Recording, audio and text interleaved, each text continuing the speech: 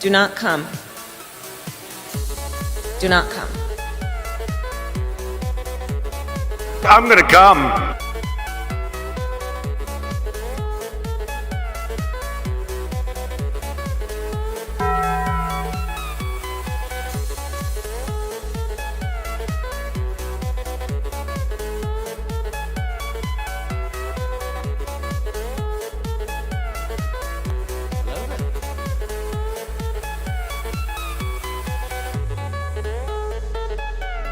You ain't black.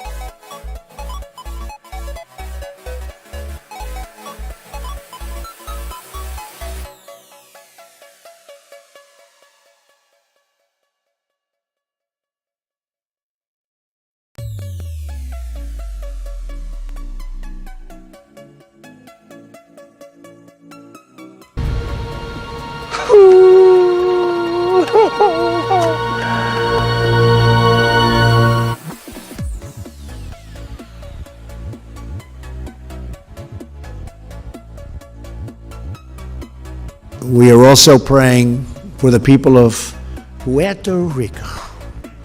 We love Puerto Rico. Puerto Rico. And we also love Puerto Rico.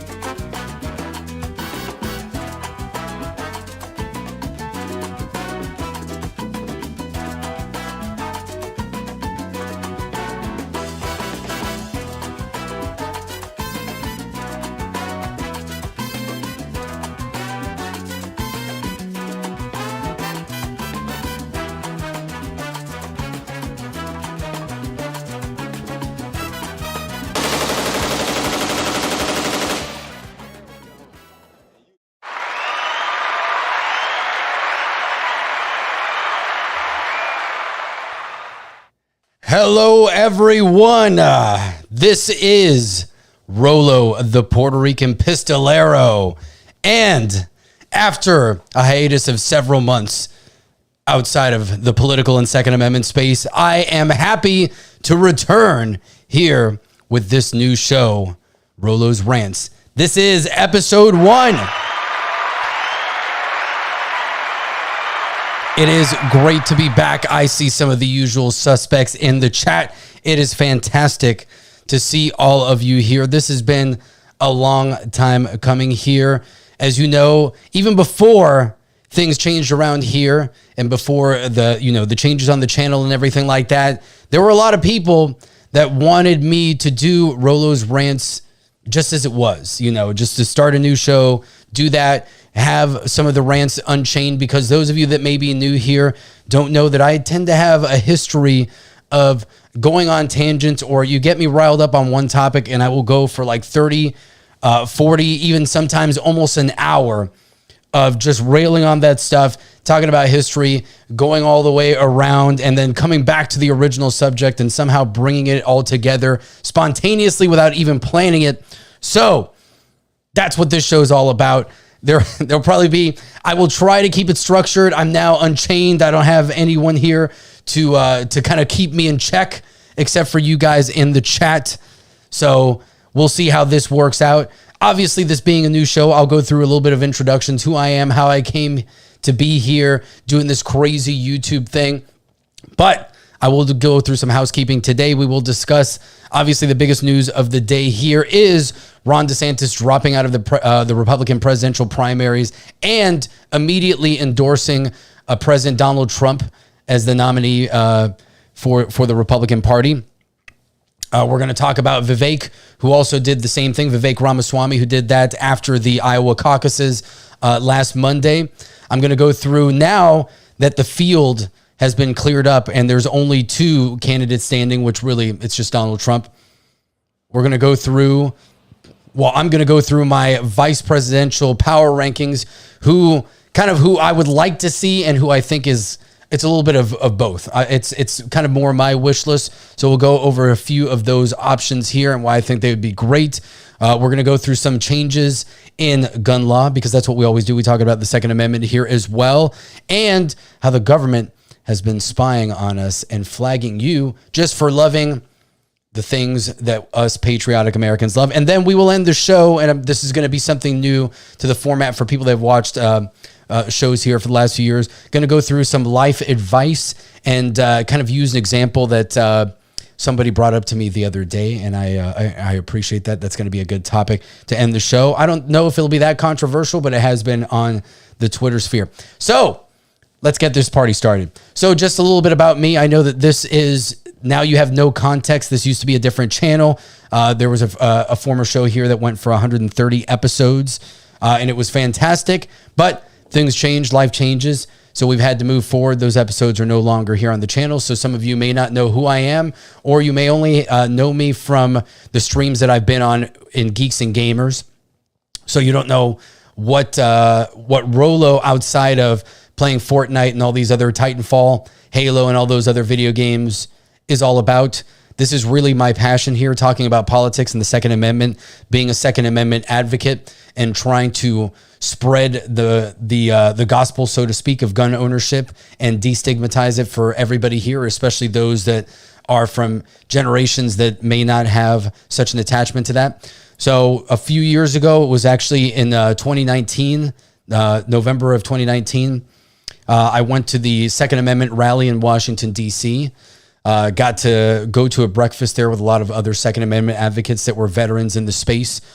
Kevin Dixie, Tony Simon, Argo J, Cheryl Todd, among many others.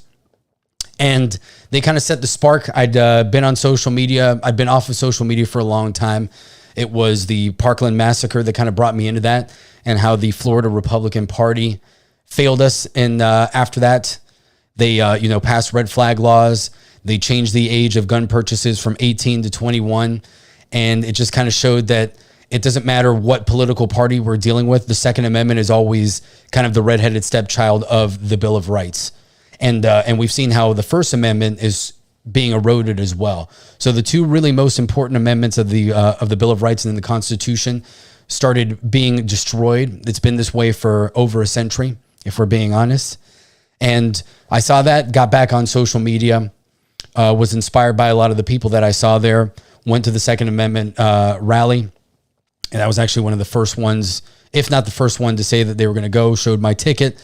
And Rob Pincus was the organizer of that rally and kind of said, whoa, who is this guy? This is pretty cool. So went up there, got to meet all these amazing advocates, got to see them give great speeches.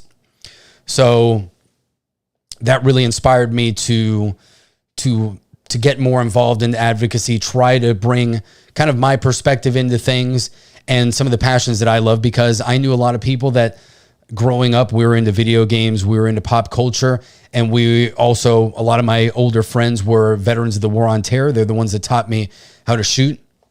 My father was in the U.S. Navy, so I have, kind of a background with, military service and patriotism, believing in what this country stands for. And through those experiences, through my friends' experiences, and obviously what happened with Parkland here in Florida, I really started awakening to the corruption within the state, federal, and local governments, and wanting to make a change with that. I'm Puerto Rican. There isn't, unfortunately, the Latin community doesn't necessarily have a lot of figures in the Second Amendment movement for whatever reason. We're all like herding cats. We're all from different countries. We have different ethnicities and backgrounds. So it's difficult, it's difficult to get Latinos to agree on anything, let alone, what kind of beans they like in their rice and all of that. So I thought maybe we could make a difference in that space, and started going on different podcasts just out of nowhere after that Second Amendment rally. Went to SHOT Show in 2020, which was a fantastic experience. And I remember sitting down one day at Mike Sedini's house. He's one of the founders of Walk the Talk America, which is an excellent nonprofit organization, trying to help people that may be in, having a crisis, whether it's a mental health, depression, things like that, get the help they need and not, take their own life or anything like that, especially with a firearm. So we were at his house, sat down, smoked some cigars. And I remember Kevin Dixie coming up to me and asking, okay, well, now you've gotten to this point, what are you actually going to do? And it was a pretty profound question, because it's true. Up to that point, I'd gone to the rally, gotten to SHOT Show. Argo J invited me to go there and help assist in, filming and producing, kind of PR for the Osco Bravo rifle that he was releasing at the time from American Defense Manufacturing. And, kind of just gotten thrust into all of this. And all of a sudden it's like, oh, well, now what are we actually going to do? Because now we've gotten to do these cool things, gotten to go to different events, got to shoot a lot of guns. And now it's like, well, now what are you actually going to bring to the table? And I remember, that was kind of a profound turning point in my Second Amendment advocacy. And I realized, well, we got to do something here. I have to, whether it's getting my voice out there. I'm not afraid of public speaking, getting out there, trying to spread the message, do it in the way that I know how to do it best. And that's pretty much where things got started. Met a lot of other people, got invited to different podcasts, had the opportunity to speak and kind of get experience behind the mic.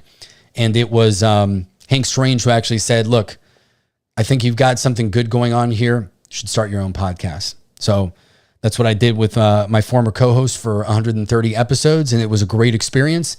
Got to go to different events, spoke at the U.S. Concealed Carry Association conference in Fort Worth a couple of years ago. Strengthened relationships with other people in the gun industry, other advocates, and got to grow this channel into something that was completely unexpected. And eventually that led to us meeting great people like Maj Touré of Black Guns Matter, and meeting Eric July, who his assistant actually used to watch this show or this channel. And, I mentioned Eric once, and she's like, hey, you want to be on his show? Had the opportunity to do that. Episode never aired because January 6th happened at the same time. They kind of blew up everything, so to speak. And then through Maj, got the opportunity to meet Eric in person, interview him in person. That was a great event. And then, kind of became a fan of Geeks and Gamers and what Jeremy does over there, and eventually had the opportunity to become a part of that team, which, I think it's been almost 2 years since that happened at this point, which is pretty crazy. And that was kind of the catalyst. That's what I always wanted. Yeah, I always wanted not to be part of Geeks and Gamers, but to have an opportunity to be on a different platform to speak to a lot of you, which a lot of you here have joined, in the last year or so through Geeks and Gamers. And this is obviously something completely different. So I'm blessed to have had the opportunity to, be a part of so many great things and different groups here. But now the focus is back on the work, because this is what I've always gotten into.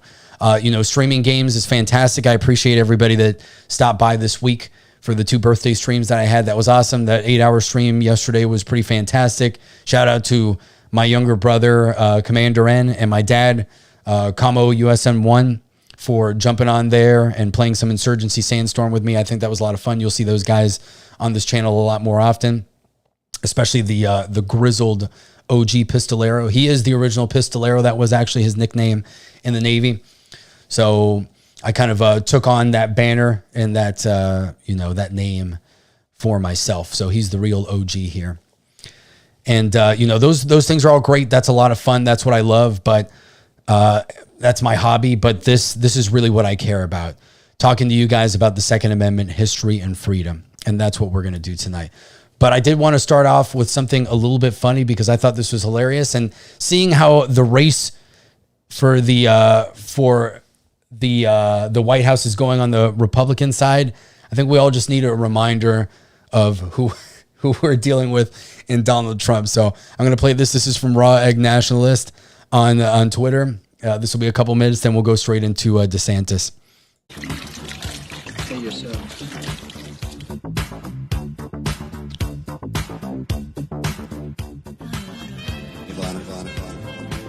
It's wrong, isn't it?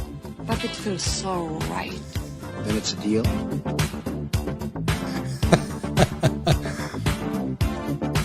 I put together some really impressive deals. I like that. Go big or go home. Donald Trump.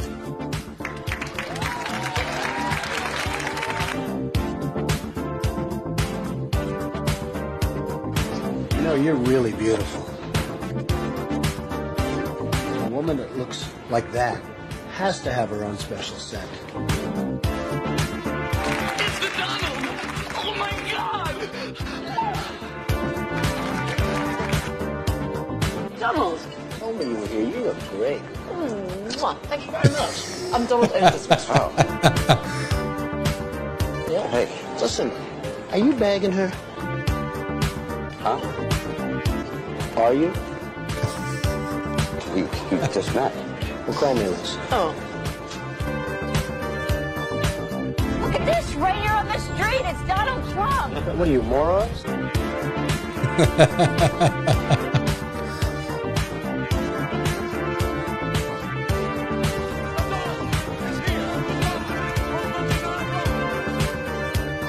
Everything's set for tonight, Mr. Trump. I wonder what Trump's game is this time. Trump's got a new game. Trump's got a new deal. What's your game, Donald? Heard about Trump's new deal? What? Mr. Trump, you said that on June 27th it'd be 2 days.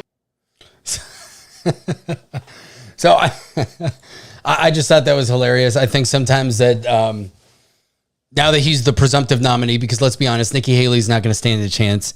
I'll go through my opinion on Nikki, because I'm going to go through some of the potential vice presidential picks. She's definitely on the outside now. I'll just spoiler alert for that one. But we're dealing with a man who's transcended from a business and pop cultural icon to, let's be honest, he's the best president that has served in my lifetime. Not perfect. Absolutely not perfect. You guys know I've had my criticisms of Donald Trump in the past. I'm not trying to sound like DeSantis, but obviously some things during COVID could have been better. I think that that's really the biggest thing on guns. He's not a 2A guy. He's a businessman from New York. He doesn't really have that kind of history with the Second Amendment. So he made terrible comments like, take the guns first, due process second. Those are things that I know a lot of people can't forgive, and that's understandable.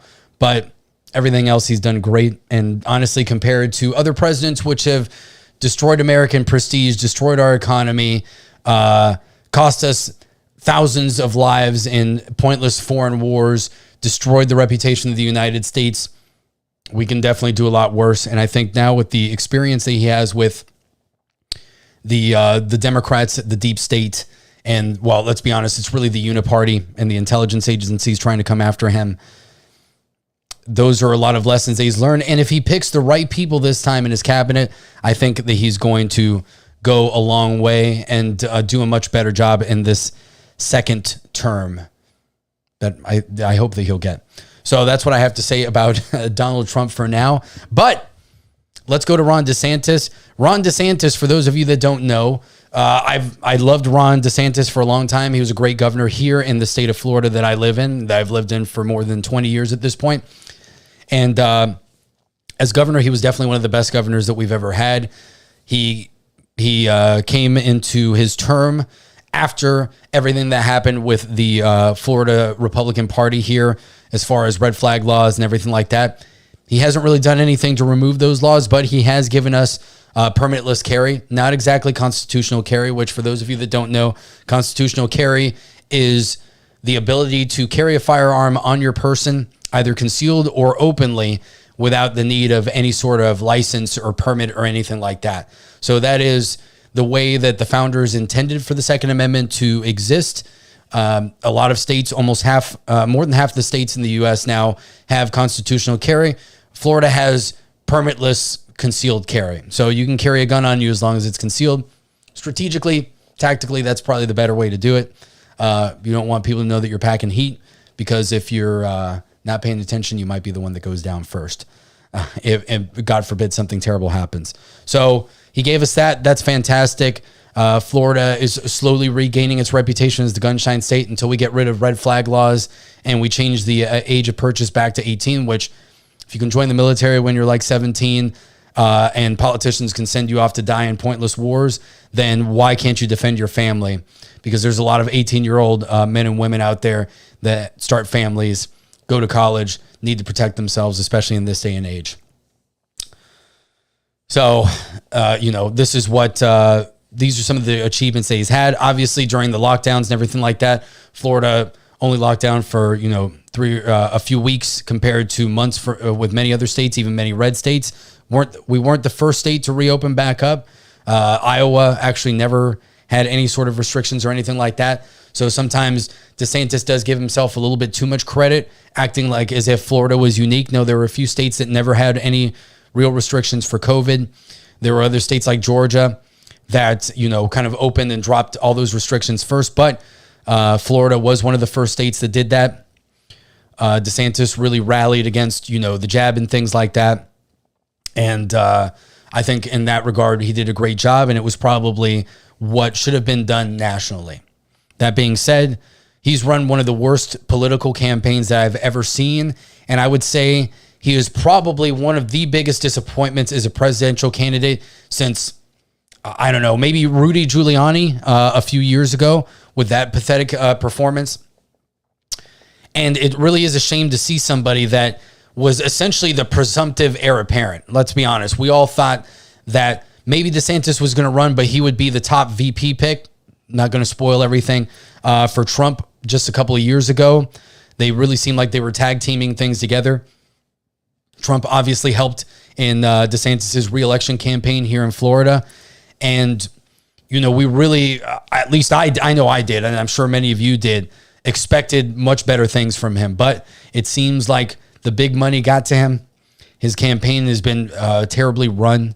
I have not really dealt with them because I'm on Twitter. You guys know that I make my comments on there, but I haven't really, weighed in, going after other candidates or anything like that. But, from what I've seen with how other people have dealt with Ron DeSantis and his campaign is if you said anything that wasn't even any sort of insult or bomb throwing, you just basically said things aren't going that well for DeSantis, the attack dogs would come out and try to eviscerate you.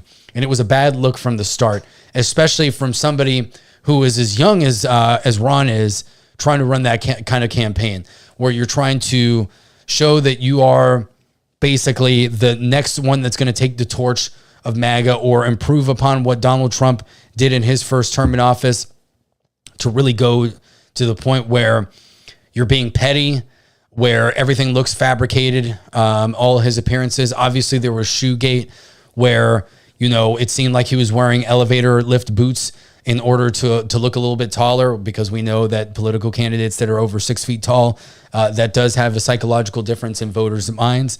So somebody took that a little bit too literally in Ron's campaign and really, really made a joke and a mockery of somebody who had a great political record. And it really seems to me, sorry here, I'm knocking the mic.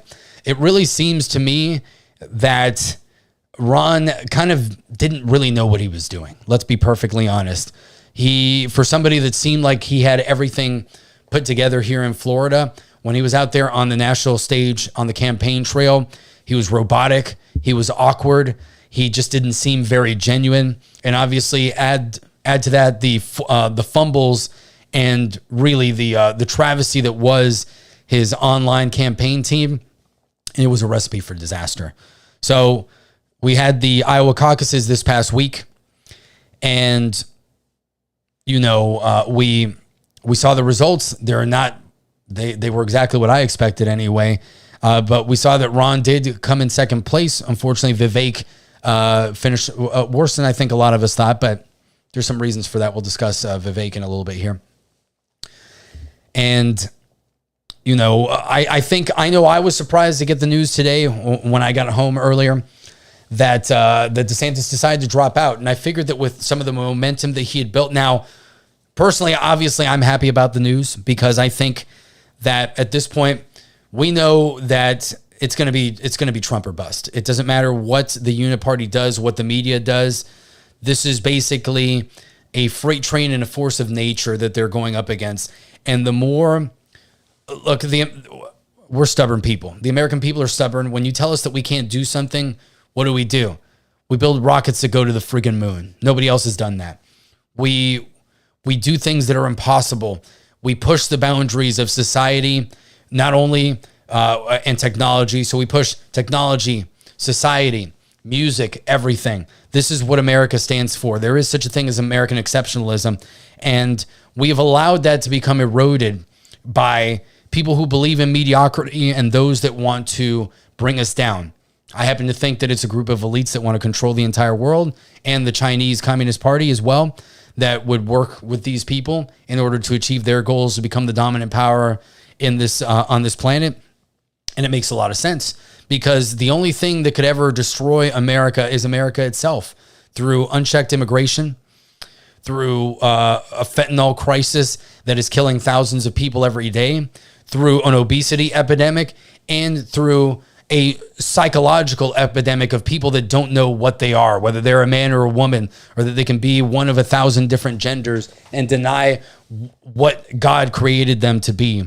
And those are all things, it's death by 1,000 cuts. And some of those cuts are becoming gaping wounds. I think Ron addressed a lot of those issues rightfully in ways that were effective, but obviously he went astray. Now, that doesn't mean that he can't be a useful asset now going forward. I think that his speech today kind of points to that, and I'm going to play that, and we'll discuss it after it's done. God, his smile was just so awkward, man. Like that's just going to work against you every time. Greetings from Florida. The warmth of being home is a reminder why I've chosen public service. From joining the United States Navy and serving in Iraq, to representing the people in the U.S. Congress, and now serving as governor of Florida. And it reminds me why I decided to run for president, to fight for those who have been forgotten in this country. This is America's time for choosing. We can choose to allow a border invasion, or we can choose to stop it. We can choose reckless borrowing and spending, or we can choose to limit government and lower inflation. We can choose political indoctrination, or we can choose classical education. These choices are symptoms of the underlying struggle to ensure that constitutional government can endure and that Western civilization can survive. And we launched this campaign to bring accountability to government, regain sovereignty at our border, and restore sanity to our society. We cannot succeed as a country if we allow our nation to be invaded, our currency to be debased, our cities to crumble, and our kids to be indoctrinated. The DC elites who facilitated this mess do not care about you, and they do not work for you. They work for themselves. They seek to accumulate power at your expense to pursue an agenda that is harmful to the American people. Citizens do not serve politicians. It is the duty of politicians to serve you. Talk is cheap. Actions speak louder than words. Reversing the decline of this nation requires leadership that delivers big results for the people we are elected to serve. I have a record of leading with conviction, championing an agenda marked by bold colors, delivering on my promises, and defeating the people who are responsible for our nation's decline. That is the type of leadership we need for all of America. Now, over the past many months, Casey and I have traveled across the country to deliver a message of hope that decline is a choice and that we can, in fact, succeed again as a nation. Nobody worked harder, and we left it all out on the field. Now, following our second place finish in Iowa, we've prayed and deliberated on the way forward. If there was anything I could do to produce a favorable outcome, more campaign stops, more interviews, I would do it. But I can't ask our supporters to volunteer their time and donate their resources if we don't have a clear path to victory. Accordingly, I am today suspending my campaign. I'm proud to have delivered on 100% of my promises, and I will not stop now. It's clear to me that a majority of Republican primary voters want to give Donald Trump another chance. They watch his presidency get stymied by relentless resistance, and they see Democrats using lawfare this day to attack him. Well, I've had disagreements with Donald Trump, such as on the coronavirus pandemic and his elevation of Anthony Fauci.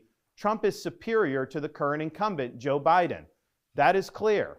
I signed a pledge to support the Republican nominee, and I will honor that pledge. He has my endorsement because we can't go back to the old Republican guard of yesteryear, a repackaged form of warmed-over corporatism that Nikki Haley represents. The days of putting Americans last, of kowtowing to large corporations, of caving to woke ideology are over. I thank all of our passionate supporters who have stood by us through it all. That we had people volunteer to come to Iowa in the middle of a blizzard to knock on doors and make phone calls touched us dearly. No candidate had more thrown at him, but no candidate had so many committed volunteers and staff. Finally, I want to thank my wife, Casey, and our kids, Madison, Mason, and Mamie. Casey's gone far above and beyond in her support for our campaign and for our cause. She's not only a great wife and mother, she's a great American who cares deeply about the future of the country that our kids will inherit. Our kids have seen and done a lot on the trail, from playing on the famed Field of Dreams baseball site in Iowa to making their first snowman in New Hampshire. They are one of the reasons we fight so hard for what we believe in. Winston Churchill once remarked that success is not final, failure is not fatal, it is the courage to continue that counts. While this campaign has ended, the mission continues. Down here in Florida, we will continue to show the country how to lead. Thank you, and God bless. All right. So that was DeSantis's concession speech right there, or I guess you could call it that, or whatever you want to say, his statement dropping out of the race. So I think that was well done. You know, we got to give credit where credit is due in that regard. I think that this is something that should have happened sooner, or he really should have just run his campaign completely differently. I think Vivek Ramaswamy really ran the campaign that we all expected from Ron, you know, as far as positivity, messaging, you know, pointing out, you know, areas where you know, Trump isn't that strong or doesn't have the best, can't articulate his ideas that well, and, you know, kind of enforce those ideas or expand upon them. I think Vivek did a fantastic job regarding that, where DeSantis really failed. So I do like the fact that he took the time to basically, you know, turn around. He was like, hey, look, Trump's not perfect, but I'm going to back him up. This is what we have to do. And then he took his jabs at Nikki Haley, because we've seen that Nikki Haley has proven herself to be again, let's go back to Vivek because he articulated this the best. You know, we've seen for months now that Nikki Haley's kind of positioned herself as the uniparty candidate. There's no war that she wouldn't love. You know, she's dying. She's chomping at the bit right now. We've seen what's been going on as the, you know, kind of the side effects of the war in Israel and against the, you know, Hamas has kind of gone down, and kind of the greater repercussions in the area with Iran and its proxy states and the Houthis, war on trade going through the Red Sea. We've seen a lot of those repercussions. You guys kind of know where my stance is. I used to be a traditional Republican hawk, you know, like the John Bolton kind of wing, which is absolutely awful. In my younger age, you know, going out of high school when I was 18, I'm a grizzled old man of 37 years old now. But I've become wiser as time has gone on, and I've become more educated, and I have much more of a libertarian foreign policy view. And so I think that we should do anything possible to stay out of conflicts in the Middle East at this point. I think Israel is an extremely powerful country. If we want to sell them weapons, that's fine, but I don't think we need to give them weapons and give them money. They're a rich country in their own right. They can handle things pretty well themselves. They've got an elite level intelligence organization in Mossad. They don't really need our help. We can be like, look, man, you got to do your own thing. You got this. So, and as far as being the world police and the world defenders, I'm sick and tired of it, especially when we see where is the destination for a lot of these ships. Where are they going? They're going to China. So a lot of these companies are getting raw materials or, you know, goods from China going through there, bringing them to Europe, and vice versa, transporting oil. A lot of that oil ends up going to China and Asia. So why should the United States, and this is where I know a lot of people on the conservative side may disagree with me, but we've seen what the consequences are of the West interfering in the Middle East, which we don't need to. We've been convinced that, we need to become green when we have all the natural resources that we could imagine here in the United States. We have more than enough oil for ourselves, but we're shipping it off to other countries.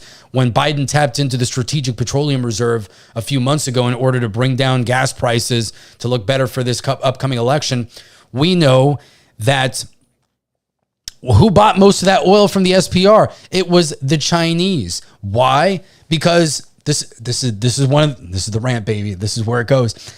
Because we know that the Chinese, what are they gearing up for, ladies and gentlemen? We know that the ultimate prize for the Chinese is Taiwan and the chip manufacturing facilities there, which are the most advanced fabrication facilities on Earth at this moment. That's a prize for them, and it also expands their control over the South China Sea in that area by having Taiwan. That's a strategic coup for them.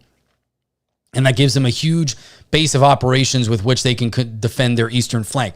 I don't want to go to war with China either, but we have to understand what the Chinese are doing and that they are our greatest adversary outside of what we're dealing with within the United States, which is corrupt politicians, elites, and major corporations that are anti-American. They're against the middle class and want to see all of us basically become serfs and peons that serve under them and enrich them, which is what they've been doing for years. We know that the elites have been using the American taxpayer to fund wars that benefit only the major defense contractors and infrastructure companies that then go in and try to rebuild everything afterwards. While the American people are sitting here with the tax bill, with deteriorating conditions here, whether it's our infrastructure, our medical situation, and especially our education system, all of that collapses. And we know that it is primarily the middle and lower classes that are the ones that volunteer to join our military. That's something that I wanted to do for most of my life growing up. And that's something that my family has done for a long time. Now there's nobody in my family that would ever say, no, yeah, you should join the military. No, because they're disrespected and they're used to line the pockets of people that are evil and that wouldn't care them. This is the modern day Roman Empire. This is how the Roman Republic fell in the first place. It was corrupt politicians pushing for wars while they were stealing from the people that were back at home and from the very men and women that went and sacrificed their blood and their lives for what? For objectives that were unnecessary. So this is pretty much what we're dealing with. We're dealing with China. We're dealing with the fact that they're sending fentanyl over here. They're basically killing us. They are committing their own opium war in our direction this time, trying to kill thousands of Americans, sending drugs through the border and through their trade. And meanwhile, we're the ones that are supposed to defend the Red Sea and trade through there, when the Chinese are the ones that are benefiting this, where most of that trade ends up going from Europe to the Strait of Malacca and then to China. I don't think so. I'm kind of tired of this bullshit. And I think a lot of people should be tired of it too, because this is now another reason, well, we need to go to war with Iran. Well, why do we need to go to war with Iran? Iran's an evil country. Yes, Iran is an evil country. I know if mandatory carry was in here, he gets pissed off at me when I go here. But yeah, Iran is an evil country. Yes, they hate the United States. Yes, they would love to declare jihad on us, and they'd love to destroy Israel. At the same time, are they really capable of doing it? Right now, no, I don't think so. And if we cut these countries off, we don't buy their oil, we remove our bases there, then what will happen? Well, people need to defend themselves. Had we never gone into Iraq, we also had a dictator in Saddam Hussein who, well, he was a bad dude, but guess what? He hated the Iranians. And that was a check that kept two of our biggest adversaries in the Middle East dealing with one another. Different religious factions of Islam. They hate one another, and they were mortal enemies for years. They fought a war for a decade in the 1980s, in case you guys didn't know that. And so this is something that would have continued on. And then Israel would have been pretty much okay too, because they wouldn't have had to deal with it. But the powers that be don't want that. They want eternal conflict, and they want American boots on the ground, because America is the modern Roman Empire. Well, it's the modern Roman Republic. We haven't gone to the imperial stage yet, but we are on the path to collapse and become just like how the Roman Empire was, to become an authoritarian state with a single dictatorial rule. In our case, it will be an oligarchy, because we'll probably have members of the political class and corporations rule over us, which they're kind of doing right now. So maybe we're already in the oligarchical stage, and we're just not completely aware of it, of how far we're gone. Now, most of us are awake in seeing the decline of the United States. And I think that COVID was a miscalculation on their part. They tried, and obviously Trump was, even though his handling of it wasn't perfect, he was also kind of standing there and saying, you know what, I'm not going to let these globalists or the powers that be destroy the American people, destroy this economy, and use this to make us fearful. We know where COVID came from. We know they've been covering it up. And, we're not going to take this crap anymore. So in this regard, this is where I think that DeSantis will be useful for Trump. And I think this is where I'm happy to see I'm bringing it all around here. And I think Vivek would be great as well, because Vivek has pointed out a lot of these issues and articulated them.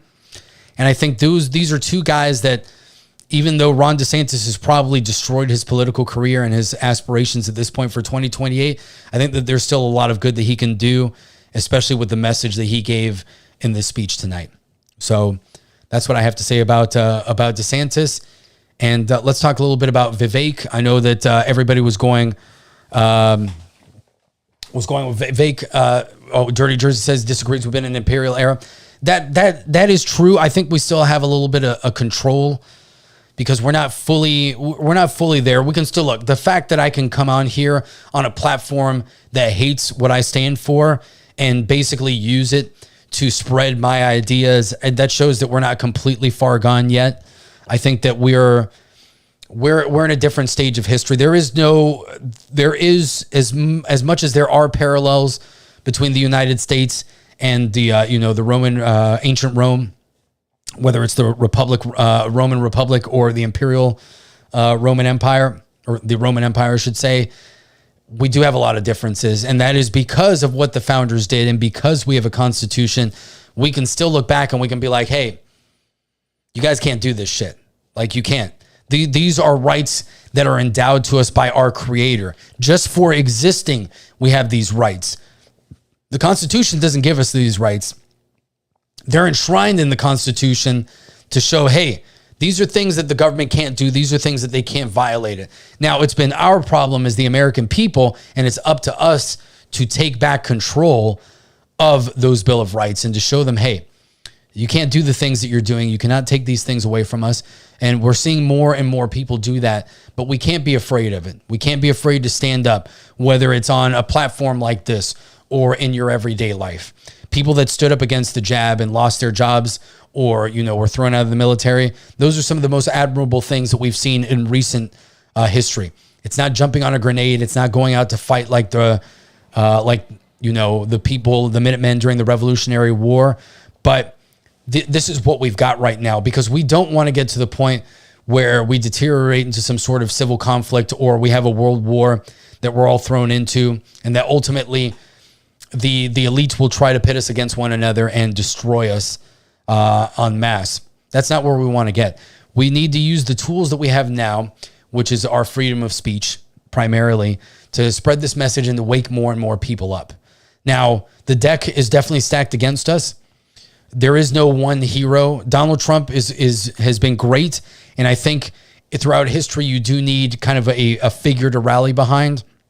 But ultimately, this is going to be up to us. Donald Trump is almost 80 years old. He's going to have 4 years, and let's be honest, we see how hard they are fighting right now to prevent him from getting a second term. What do you think is going to happen if he actually succeeds? Their desperation is going to be so immense that they'll do anything, whether it's trying to make sure that he doesn't survive, discrediting his message. I mean, let's be honest. Let's have a little thought experiment here. Do you think that if Trump is president and he does some of the things like, let's say Vivek talked about dismantling the FBI, do you think that the FBI is going to allow that to happen? Do you think that they're not going to try to throw, have false flags and things like that? The intelligence agencies aren't going to try to discredit him. Now, they have been doing so, and the fact that they've not been able to do this yet, despite the fact they're so desperate, that probably tells us a lot. It tells us that what they've got against Trump is what they've got. This is it. Oh, maybe his company did some things that were shady financially. Big fucking deal. Like, we at this point, we don't care. We really don't care. No one is above the law, but at the same time, we see the corruption that exists within the government, and we see how people like the Clintons get away with murder, allegedly, supposedly.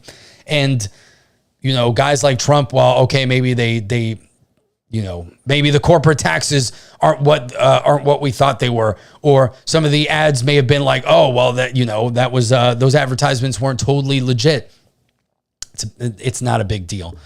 So this is pretty much what we're dealing with now. This is what they're going to try to push, and once he's in, they're going to be desperate. It's going to be like an animal that is backed into a corner, and they're going to fight to probably the literal death in order to stop him and everything that he will try to do. So this is why we need guys like DeSantis, why we need guys like Vivek in there as well, who are able to articulate ideas because they have a little bit more experience and knowledge, especially Vivek when it comes to history, when it comes to the Constitution. We need guys like that to be able to help Trump out and to kind of serve as the attack dogs. And this kind of goes on into the power rankings that I have here for VP. So I guess that's a good segue here. See, I've been doing pretty good. I'm sorry, Chad, I can't read as much as I used to. Doing this solo and trying to balance everything with my ADD and my crazy tangents that I go on is a little bit more difficult. But I appreciate all of you being here. Hey, we got John Crump in the chat, and I saw some new faces in here. I appreciate all of you. And I see some new faces, some old faces here, and I want to make sure that I make it through all the points that I want to get through here and finish kind of with my social topic. We'll be going to the 2-hour mark as is usual here. One of the things I do want to say before I go on is I'm wearing the purple shirt.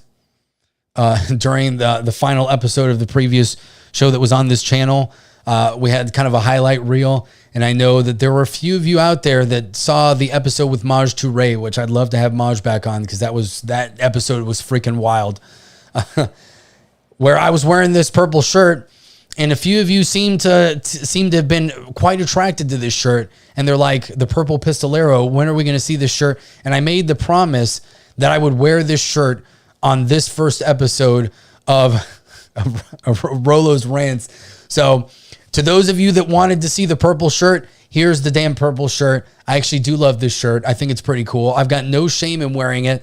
And guess where I'm at? I'm in freaking Miami. This is what happens. You got here to the start of the show. There was club music playing. The air horns were going on. It was a damn party in here because this is what I do. This is what we do. Ever since I've come back to Miami, it's been dancing salsa and listening to music, hanging out at some of the great bars and clubs that we have down here and having a good time, because that's what it's all about. That's what Miami is. It is the quintessential party capital, for better or for worse, in the U.S. And as much as I used to kind of hate this city, I've embraced some of the nicer things here, and I enjoy it. Thank you, CNT Design and Arms. Reggaeton's pretty awesome. Dirty Jersey. And there's some good, modern reggaeton is actually a lot better than some of the older stuff. I'll be honest. That might be a controversial take. But, you know, Bad Bunny, he kind of annoys me a little bit in his voice. It's like, man, you know, I'm not really into that. But some of these songs are pretty freaking awesome. So you're never too white to salsa dance, CNT Design and Arms. My cousin actually is with an Australian woman right now, and she is like a pro level salsa dancer. And God bless him. And they just had a child together, and he's only half Puerto Rican. He's learned how to do it. So it is possible. You can do it, CNT Design and Arms. I have faith in you. You just got to find the right person to teach you. So enough on that tangent. But one of the things also that I want to do for this show that kind of strayed away from on Locked and Loaded Latinos was having more guests. You know, going back, watching some of the shows that we had where we had some fantastic guests, I want to do that again. Guests really made this channel. I think the conversations that we had, it wasn't like a lot of other channels where we have interviews. We would bring on people that we had good rapport with, and it would just become friends talking about freedom and the Second Amendment, and a lot of times video games. And that's something I want to go back to. There's one guest in particular. They've never been on the show before. I hung out with them a few weeks ago. I have nothing but admiration for this person. Firearms instructor, really all around badass. I'm not going to reveal who they are. Could be a man, could be a woman. I don't know. Definitely one of those two, nothing in between. So I want to have them as my first guest. I think that you guys will love this person. I want to have Tony Simon back on, and some of the OG guests that we've had on here. Kevin Dixie, Maj obviously would be great. And maybe some people from the other side of the outside of the 2A space as well to talk about freedom. So we'll see. Jeremy's been on the show before during our 100th episode. Maybe he could come back and we could have some interesting conversations. Obviously, I've been on Cobra Cast before and had a great time there. So Wayfarer says, so we starting the chapter wearing a purple shirt. All right. That's how we're doing it, man. We're going big or we're going home. So now let's go to the vice presidential power rankings here. And these are all going to be names that you guys should be familiar with. I would hope so. So I'm going to go through them kind of from bottom to who I would personally like. And I'll go through some of my reasoning behind it. I've had debates with a few different people. Old man Pistolero is kind of old school about certain things. So he brings kind of the classical perspective into things. And I try to go back and forth with him on some of these things and stand strong in my opinions as the young buck around here. But we'll see. So for a long time, which was much to my chagrin because we already talked about her a little bit, it seemed like the powers that be, and I think it was mostly people that were on the DeSantis campaign, were really feeding that Nikki Haley was going to be the VP choice for Donald Trump. So she's on the bottom. I've got about 8 people on this list. So Nikki Haley, she was the establishment choice. She's a woman. She's a minority. Let's bring her on. That on paper, when you're looking at the way that things have been done, the status quo of how it's been for 50 or 60 years, you're trying to go through your political advisors or, focus groups, all that kind of bullshit. This is Nikki Haley would have been that's the perfect choice right there, especially now she's getting some Democrat and independent voters. Why don't we bring her in? Obviously, we know she's a terrible choice. She's exposed herself as a globalist. There's a lot of, we've seen articles that show that she may not have the integrity that we think of. I haven't done that much research on it, but there have been rumors. The Daily Mail actually got thrown out of her press pool for, basically revealing that she was most likely unfaithful to her husband. I know Old Man Pistolero is going to be upset about that. He doesn't think it's true, but I wouldn't be surprised by it. Just because she's a woman doesn't mean that she can't do, she can't do bad things or do something like that. We've heard that she basically forced her husband to change his name. Whatever. Nikki Haley, terrible choice. For all the reasons that we've spoken about. And really, I think Trump at this point has kind of dispelled that she would be an option. I know that he mentioned, I believe it was at one of his appearances, where he said that she wasn't, didn't have presidential timber, and that she couldn't really stand up to that. And that he kind of saw when she was the UN ambassador that she wouldn't be a good choice. So it was good to see him kind of dispel that. So I don't think that she's going to be an option anymore. Yes, Buddha Cafe. I do believe that, and I believe Vivek was kind of the first one to make this kind of mainstream, a mainstream theory that she is being propped up by the Democrat Party to kind of be their heir apparent, because they've kind of deduced that Biden is basically done. He's not there. We've known this for years. He's basically been the puppet in chief that's being controlled from behind the scenes because the guy can barely stay awake and, articulate a coherent sentence. So we've known this for a while. He ran his campaign from a basement, and we know I have to behave here. Somebody in the chat, you know who you are, reminded me that I need to behave because I still have a week left on the strike, because I questioned certain things that happened in 2020 that were not COVID, where voting was involved. And I kind of questioned that. And YouTube retroactively went back in time, like 4 or 5 months after this particular episode aired, and gave me a warning, which was the equivalent of a strike. And then they made me answer some questions, which had to do with the Brazilian presidential deal that happened there recently, where Bolsonaro lost, and in order to get that strike removed. So I'm going to behave.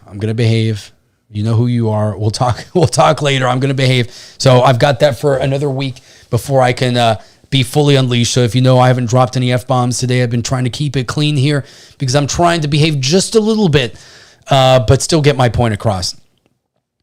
So yeah, I do think that she is the, that's exactly how we know we're right, Jerry Jersey. Absolutely. When you're getting struck down for saying certain things and they're just not calling you an idiot, and they're trying to silence you and going back in time to try to take those things away, and even when you appeal it, they're just basically like, go F yourself. That's when you know you're close to the target. So remember, you always take flack when you're over the target. That's just the way it is. We learned that in World War II. It's the same case here today, metaphorically. Did I drop an F-bomb? Maybe I did. I don't know. I'm trying not to. I'm not trying. It's the mother effers that's the one. That's usually my favorite one, because let's be honest, these guys are mother effers, but I can't. I got to restrain myself here.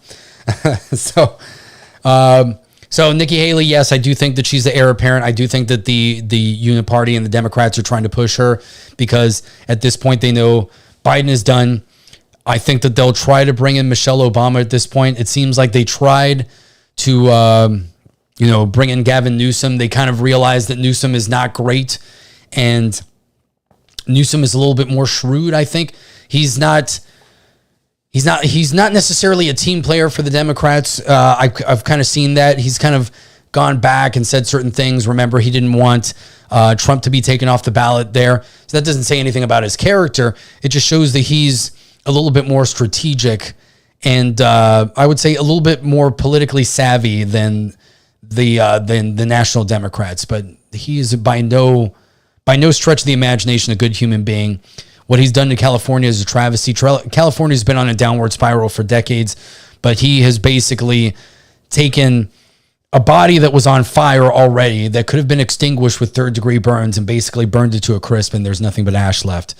And what he's done with the Second Amendment in California, despite Benitez and other judges, pushing back against that and some of the victories that we've seen there, He just tried to completely eviscerate the Second Amendment in California as we know it. So I think they've kind of given up on him. I think Michelle Obama is going to be the next one that they bring up. And I personally have thought that Michelle Obama was going to be the choice for a long time because I think that Obama's sheen, his luster has kind of degraded, worn off over the last few years. I think that a lot of people, even on the Democrat side, the hardcore progressives, have seen that he really wasn't as good as everyone thought he was. He did extrajudicial punishment, killing American citizens, even if they were committing acts of terror, things like that. There was no due process involved. He had more drone strikes than any other president before him. Kind of perpetuate. The CIA was able to grow ISIS under his leadership. He really brought wokeness. Wokeness really began right after he was elected. And he kind of destroyed race relations in this country. I think he brought them back decades because I think my generation, the millennials, as bad as the millennials are, I know growing up in the early 2000s and going to college in that era, we didn't care about race. We lived in the era where Chris Rock was the guy hosting the MTV Movie Awards when we were in middle school and was dropping politically incorrect jokes and nobody cared about it. This is what we saw. We made jokes. I made jokes with my friends that were Asian. They made jokes about me, being a Mexican, even though I'm Puerto Rican. Nobody cared. Everybody had a good time. Everybody understood what was going on. And this was the era that we lived. It was kind of a post-racism era. Of course, there were people that were racist everywhere. There's always a few dumbasses around, and there always will be. And they weren't white. They could be black. They could be Hispanic. They could be Asian.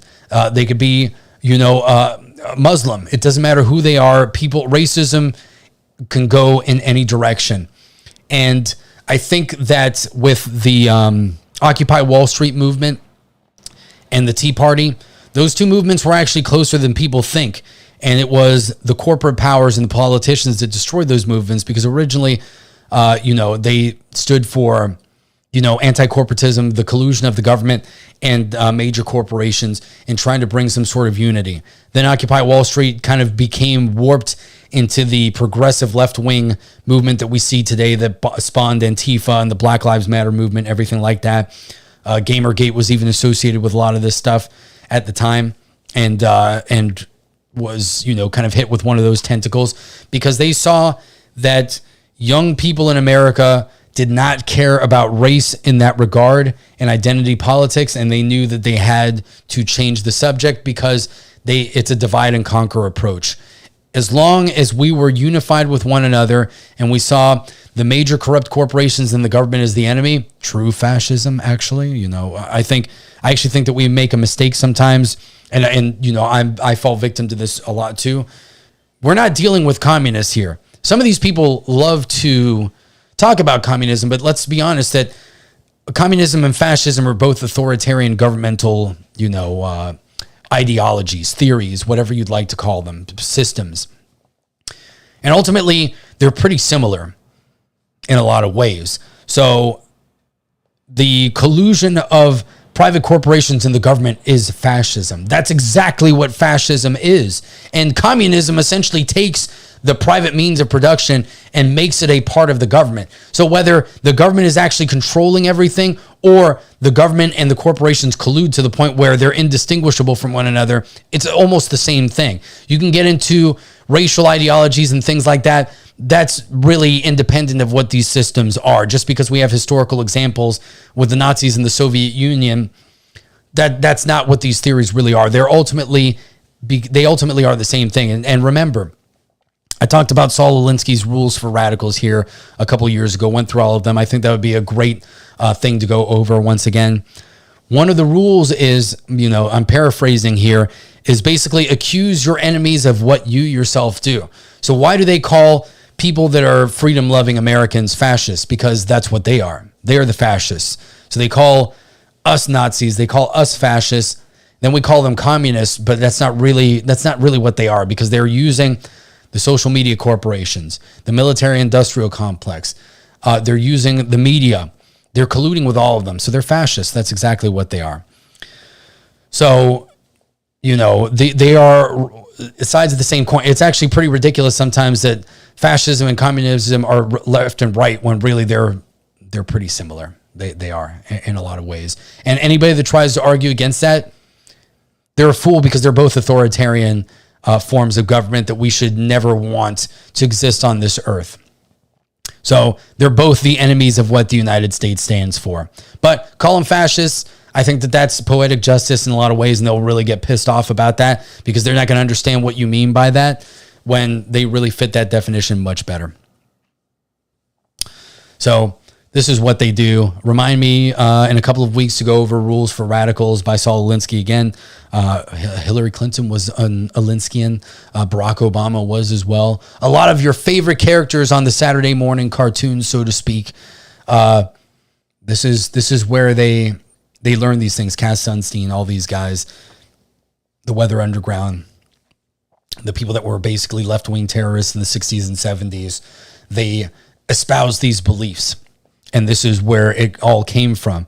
And then, of course, our enemies, the Soviet Union at the time, the Chinese Communist Party today, fan the flames of these ideologies. I'm sure that they give them money. There's much more. There's much more involvement than we can see with a lot of these organizations, because again, this is the only way that you can destroy the United States. Have people stop believing in what America stands for, warp our history. Don't give people the critical thinking skills to be able to acknowledge, yes, the founders weren't perfect. Yes, there was slavery in the United States. Yes, there was a lot of injustice, but that doesn't mean that the ideologies that we stand for are correct. It just means that they weren't implemented amongst the people the way that they should have been. We see this with gun control, where a lot of gun laws early on were to prevent, freed slaves, freed blacks to own guns, Native Americans. Later on, we saw, Chinese immigrants that were working on the railroads, things like that. It's always been an oppression of the state using its power to take away people's rights. And now they did that against minorities, 100 or 200 years ago. Now that is going en masse to everybody here. And we've been seeing how things have been flipping around.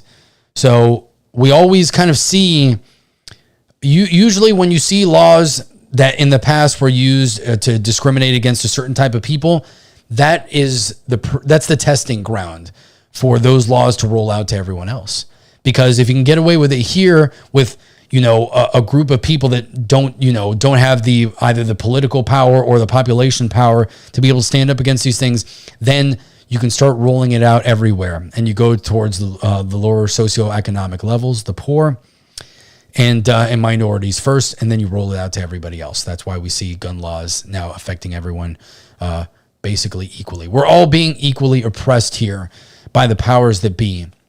And that's why they don't want us to unify. That's why they don't want us to talk about these things either, because it makes it much more difficult to control us. When we're all like, you know what, I'm not racist, I don't care, like, let's talk about this stuff. They don't like that. They don't like that at all, because it does nothing but erode their power. And all that, just talking about Nikki Haley. It's pretty crazy as my number 8 pick on the vice presidential power rankings. All right, so let's go to number 7. And this is just kind of just going down the line here. Elise Stefanik would be up next. Elise Stefanik is a member of Congress. She is a representative in New York. And she's kind of been a rising star in the Republican Party over the last few years. She's always been kind of a Trump supporter, Trump loyalist. This article right here from the Washington Post talks a little bit about her. I've not been keeping track of Stefanik that much. I'm sure that some people in the chat, you guys are in New York, a little bit more about her. But I know that she's always been kind of loyal to Trump. She's done a good job. But I think that for her in particular, there are some people that I think would be better served in the positions that they're in. So having her in Congress, kind of gaining more experience, becoming a young leader in the Republican Party, a woman, like, let's be honest, we need more women in the conservative and libertarian movements. I think that that's where she is more useful to us in the future. She's still fairly young. And I don't think, especially with Donald Trump, I was never one of those that really ascribed to the theory of, well, you need to choose a vice presidential candidate from a state that you need to win. I don't think that Trump is going to win New York. I think New York has been trending more to the red outside of New York City and Albany. Long Island, a lot of those places do have actually deep conservative values. They're very red, which whoever allowed the Democrats to choose blue and force Republicans to be red is pretty ridiculous, but whatever. I think Hypnotic, what's going on, man? Good to see you, my Boricua brother from another mother. Good to see you, buddy. I got to jump back on your show sometime. I had a great time there. So I think that she would serve us a lot better staying in New York, doing her thing there, and kind of remaining a rising star within the Republican Party and giving us those benefits. Again, Trump choosing somebody from New York is not going to do him any good. I think that Trump's brand is what it is. Trump has 100% name recognition. There is no VP candidate that he can choose that will help or hurt him, really. I think they could hurt him, actually, with some of his supporters or people that are kind of borderline, but there is nobody that will ever help him. He is radioactive in both directions. So if you love Trump, you're going to love him no matter what he does. If you hate Trump, you're never going to vote for him. That's the way that it is. And if you're a New Yorker that is all in on the Democrats, you are not going to vote for Donald Trump just because he chooses somebody from your state. Just like if you chose somebody from California or any other battleground state or state that's, leaning one way or the other, a purple state, so to speak. So I think Trump is who he is. Everybody knows who he is. He needs to choose a candidate that is going to push the message forward and that is going to attack. And even though Stefanik's been great as a surrogate for him, I think that she would not be the right choice for now. So the next one on my rankings, I guess it would be 6 on this list. Well, I've got kind of 7, and then I have my dark horse pick, who I'll discuss when I go into the top 3. Some of you people have already mentioned this person, but number 5, this is kind of your traditional pick here. I would say Tim Scott from South Carolina. Tim Scott's always been pretty solid. I really don't have anything against him, but to me, Tim Scott is kind of your run-of-the-mill Republican. He really is. That's really the best and the worst way to say it. He doesn't seem to be too strong on either side of the issue. Greg the Goblin dropping the 20. Yes, you are not Jay. So I am not gay. This one for I have relationships with women and sex with men. And I got news for you. That means you're gay. So that one's for you, Greg.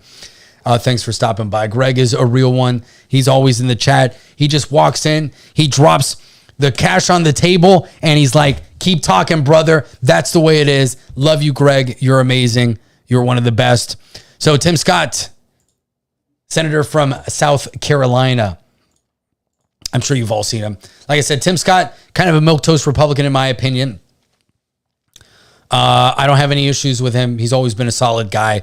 But I don't think that, again, Trump does not have to choose a woman or a minority this time around. He needs to choose somebody that is a great surrogate of his message. I'm not sure Tim is the one. Tim's a mild-mannered guy. He's a good speaker. I appreciate him as a senator. I think he's done a decent job. I'm not from South Carolina. I did live there back in the day, but I was a kid. So I'm not sure the job that he's done there. But I do think that he's kind of like the safe pick. He's the pick that you take because maybe you want to embarrass Nikki Haley if she's still sticking around because Tim Scott endorsed you. She doesn't have any support from her own state that she was governor in. Yeah, I guess you could do that. But if you're that concerned about Nikki Haley, then we've got some serious problems. So I don't think that Tim Scott is the guy. I don't think he's a bad choice. You could do worse, but I think you could do a lot better. Let's be perfectly honest here. Now, kind of going up the list, here.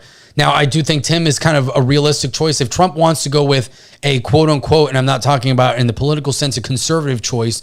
So Tim Scott's like your traditional kind of choice. You pick a VP, kind of like what he did with Mike Pence, which Mike Pence ended up being disappointing in all regards, really.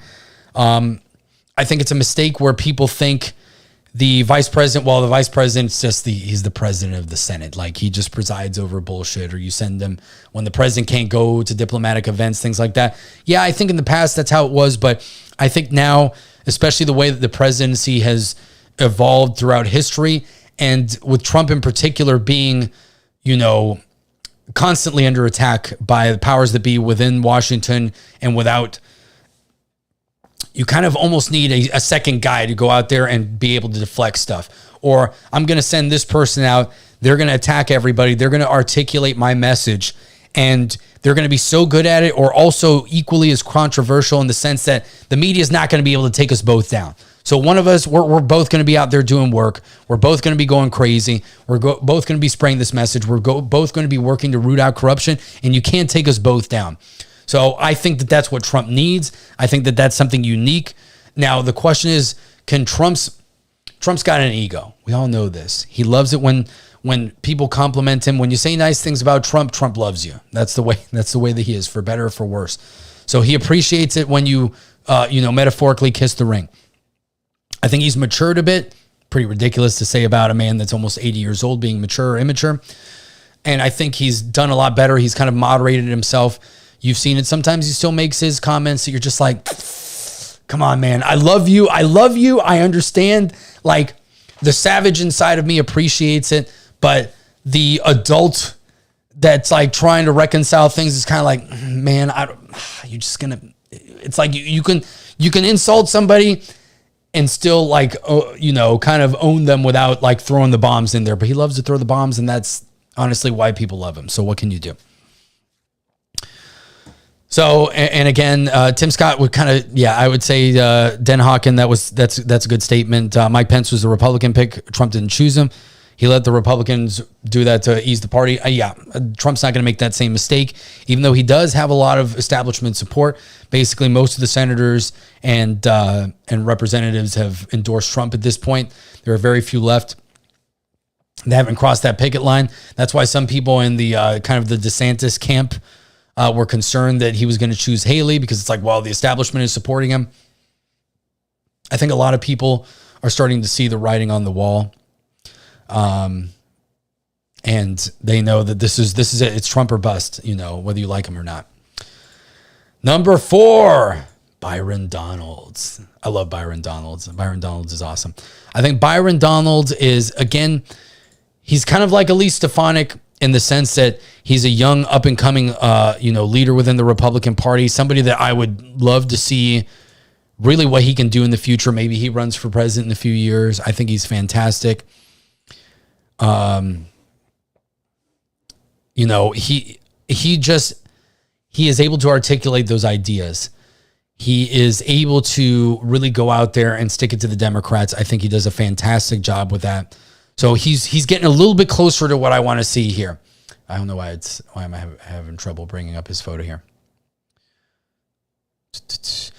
He's in Florida's 19th congressional district. So Florida dude, went to FSU. I'm a University of Florida kind of guy, but I got respect for FSU. So he's done a great job here in Florida. I've enjoyed the work that he's done. I think that he's a great arbiter for the conservative message, and he's been fantastic. And he's been pretty much, he's been pushing against Fani Willis, one of the attorneys general that is attacking Trump with these frivolous court cases. So I think he's been a great surrogate when it comes to that. But again, I kind of want to see what he can do.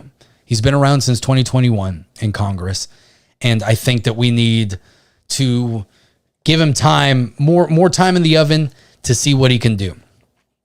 So I think we need him. We need Stefanik. We need people like that to continue growing within Congress and establishing themselves as America first, so to speak, conservatives. And his time will come. But I love Byron Donalds. I think he's fantastic. So that's why he's number 5 on the list of the power rankings. Well, number 4 technically. Now, I'm going to get into my top 3, but we got to have the dark horse pick. This is the pick that if Trump does this, I don't know what it would do. I don't know how much it would help or hurt him to choose this particular person.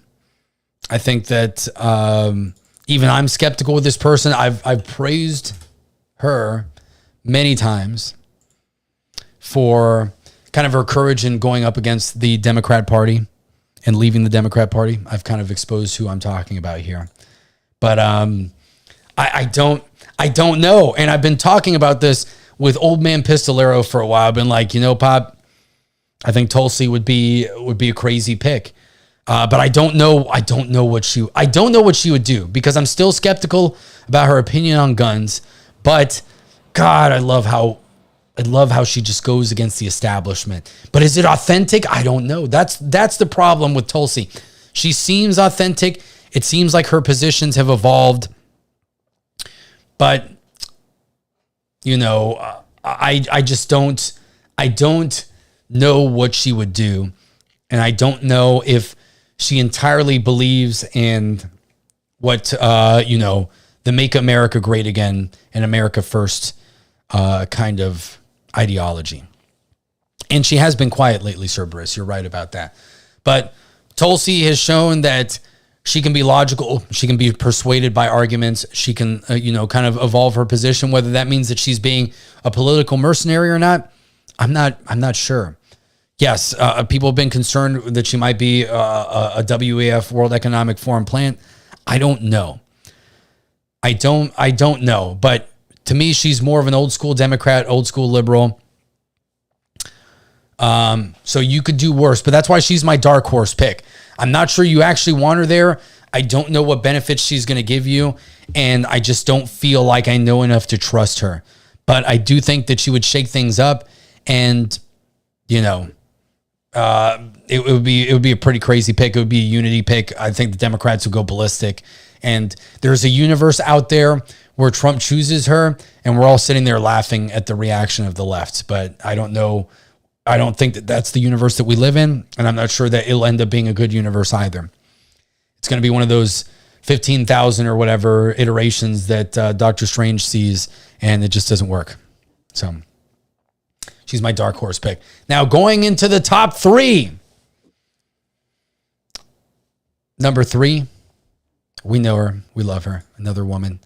I think that she's done a great job. I think her battles in Arizona and the governor's race and what happened there, exposing that corruption, have proven that she's dealing with a lot of the same things that President Trump has been dealing with. I think that she's great. She's been a great arbiter of the message behind MAGA and pushing that America First agenda. I think that she just articulates the message very well. I think she's a true conservative. The fact that she was part of the media is very intriguing to me. That allows her to navigate and combat the media a little bit better because she knows the games that they play. Could that make her a little bit dangerous and unpredictable in the sense of, well, is she really media? Or is she really conservative? I don't know. But I think Carrie Lake is definitely in my top 3. I think that she would not be a bad choice. And again, Arizona is a weird state right now. It's very purple. I don't know what's going to happen with Arizona. We've seen a lot of corruption there with Maricopa County. So I don't think that she'll necessarily help you there. Again, I don't think anybody's going to help or hurt Trump really, unless he makes a very bad choice. They'll hurt him. But he's not going to give you, there's no VP that's going to give you a state that they're in. But Carrie Lake, I think she's awesome. If you've seen any of her interviews, I recommend watching her on Tim Pool. That's really where she kind of came onto my radar before the gubernatorial races in Arizona, and she really impressed me. I was like, who the heck is this lady? Like, I've never heard of her before. And before I even knew she was running for governor, I was like, wow, this woman is pretty sharp. She's able to explain her ideas very well. I think she's very relatable, and she has been extremely loyal to Trump throughout everything, and she's kind of experienced a lot of what he's gone through. So if Trump is going to choose a woman, like if he's like, we're going to choose a woman no matter what, because our polling numbers with women, especially college educated women, aren't that great, and that's something we want to do, then I think Carrie Lake is your choice. There's no better woman for the job, and she's probably one of the best choices as VP. She is willing to go out there and attack because she's been trying to defend and fight for her own political, justice in Arizona. So in that regard, she's definitely up there with the picks. Now, number 2, I know a lot of people aren't going to like number 2, and it's more because it's a recent development. I'm putting, geez Louise, it's all falling apart. I'm putting this person here at number 2 because, let's be honest, before the presidential campaign started, this is all who we thought was going to be the VP for Donald Trump. We all thought that it was going to be Ron DeSantis from Florida. I've already talking about Ron at length here. We don't really need to go through anything more. I think that if Ron can basically get rid of everybody that was in his ear and articulate his ideas the way that he did them in Florida, I think that Ron would be a good pick for vice president. I know a lot of people aren't going to like that because of how he ran the campaign, everything that happened. I think that his speech today shows, I think that there were some things that were said behind closed doors. I think it's fairly obvious that the change in tone, the way that that Ron kind of laid things out and that he immediately endorsed Trump shows that he's willing to play ball. So I think that Ron DeSantis would not be a bad choice as VP. I think that now that he is unchained from his campaign, I think he could do a great job. If he and Trump bury the hatchet, it would be kind of like what happened with Trump and God, how could I forget his name? I've got him in Ted Cruz, Lion Ted. I think he could almost be kind of a Ted Cruz like character, arbiter for you. I think it could work. So I think Ron is still my number 2 pick here. I think not necessarily that I would want him, but I think that he would be able to do a great job as Trump's VP. And he's the guy that a lot of us thought was going to be the guy to begin with, because before everything happened with the presidential campaign, it seemed like he was basically like Trump Jr. He took a lot of his mannerisms. A forgotten man, they're from the same state. Well, is there a law there that says you can't? I'm not aware of that. If there is, then obviously that's a different story. If it's the same state because you don't want them to get, they're not going to give you any benefit or disadvantage at this point. So I think that I think he still wouldn't be a bad choice. So at this point, you guys must know who my number 1 pick here is. It's Vivek.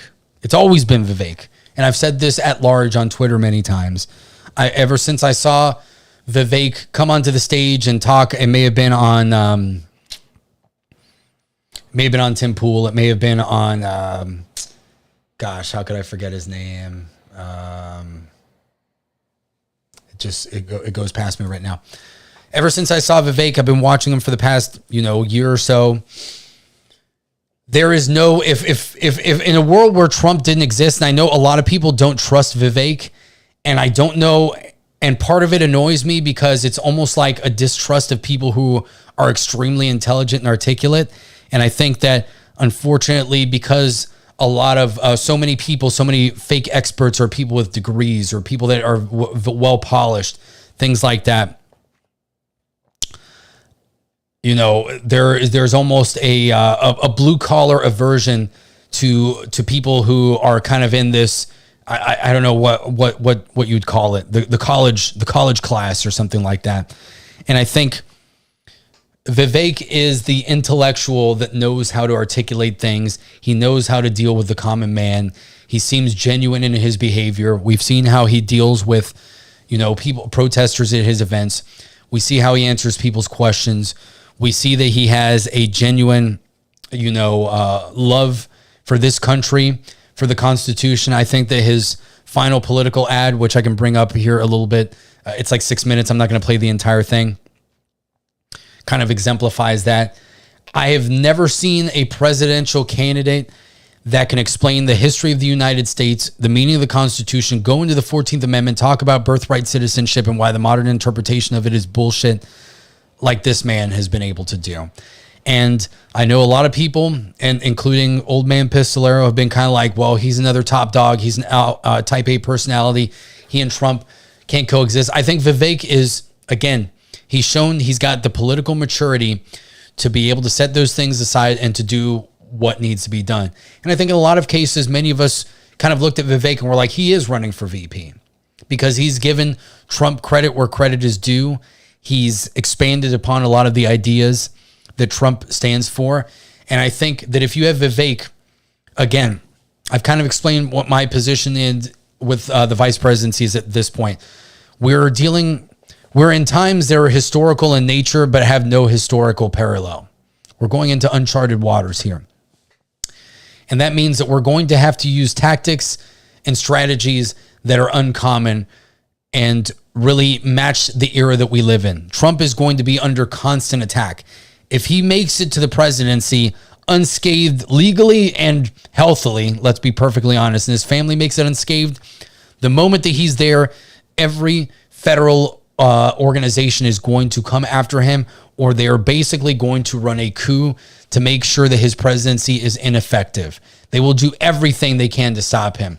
If the Democrats have any sort of power in Congress and Republicans don't win both chambers of Congress with Trump, he's done. They're going to try to impeach him again. They're going to try to stymie everything that he tries to do. It's going to be 4 years of Trump. They know that Trump is going to get revenge. And this isn't revenge and like we're going to throw people in the gulags, because that's not something that we can do, as much as we may love to do that. But that's what our enemies want to do to us, and that's what they'll try to do. Trump will try to take these people out of power. He's going to go 10 positions deep in every organization. Vivek is the guy that's been able to articulate how to do that and how to take care of it. Anybody that says they want to get rid of the FBI is good by me. I feel like Trump has kind of the outline. These are some of the things I want to do. Vivek has the blueprint already written down. He's already convinced Trump of a few different things. Trump wasn't really familiar with central bank digital currencies. So basically, turning the dollar into a cryptocurrency, which the federal government can then control, and we get rid of fiat currency as we know it. They can take away your money just because of wrongthink. They can take away your money if you vote for the wrong people. It will become like 1984, and it'll be so easy. They can track every purchase that we want. They've already tried to do this with firearm purchases. I believe I've got an article that kind of deals with this, and this would just be expanded upon. They will still try to do these things without central bank digital currency, CBDCs. So if you guys see that abbreviation thrown out there, that's what that is. The Chinese are trying to push this. Of course they are. That's what they do. So Vivek has already kind of brought this to Trump's attention. DeSantis has talked about this in the past, so he's aware of it. That's going to be one of the biggest threats that we deal with from the government itself. And it just tells you a lot. Trump is willing to listen to him. He's willing to give Trump ideas. He's willing to concede to Trump when he needs to and know who the top dog is. Vivek is my choice. I think that you have, it would be a tag team like we've never seen before. They'd be there and they'd be able to dismantle the federal government as we know it. And I think it would be a new American revolution. So go ahead and watch Vivek's thing. I'm actually going over time here. I didn't think that I was going to be able to do this, because you guys know that in the past, when I've got 20 or 30 minutes left, I'm like, I don't really want to talk about this stuff, but I'm trying to keep myself on track here. This is really the biggest thing that I wanted to talk about today, my vice presidential power rankings. So once again, let's go through them all. Number 1 is obviously Vivek. Number 2 is DeSantis. Number 3 is Carrie Lake. My dark horse pick is Tulsi Gabbard.